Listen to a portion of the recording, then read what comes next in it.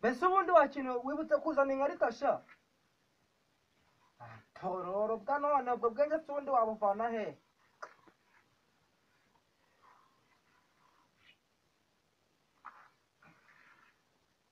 ese ubundi twaragiye ahangaha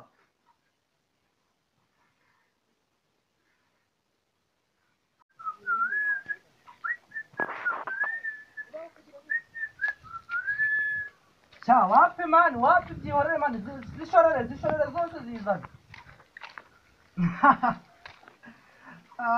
uri ikigori kizaza urivunisha akoze mani mu byukuri mu umeze ubundi waje nko guhakanye uri ikigori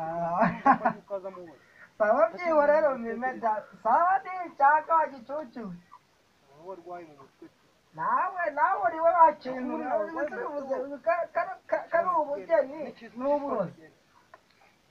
rero cyose nyaruka tugende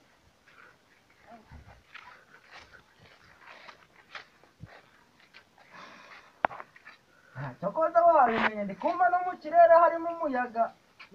nese ubundi mu byukuri mwese dushobora gukora impanuka oya ntabwo ari byo mani mujye mugabanya nese umukuru utari kumvunisha uzi nongeje vitesse ahantu nagarukira shaka nahita ngera no kuri base ntako kanya ni nko kuri base ishoreye tugende eje wabujijwe n'iki wo kuza munsi wa kigoryi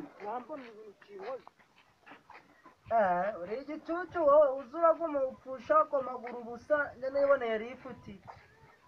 ubwo nagiye rero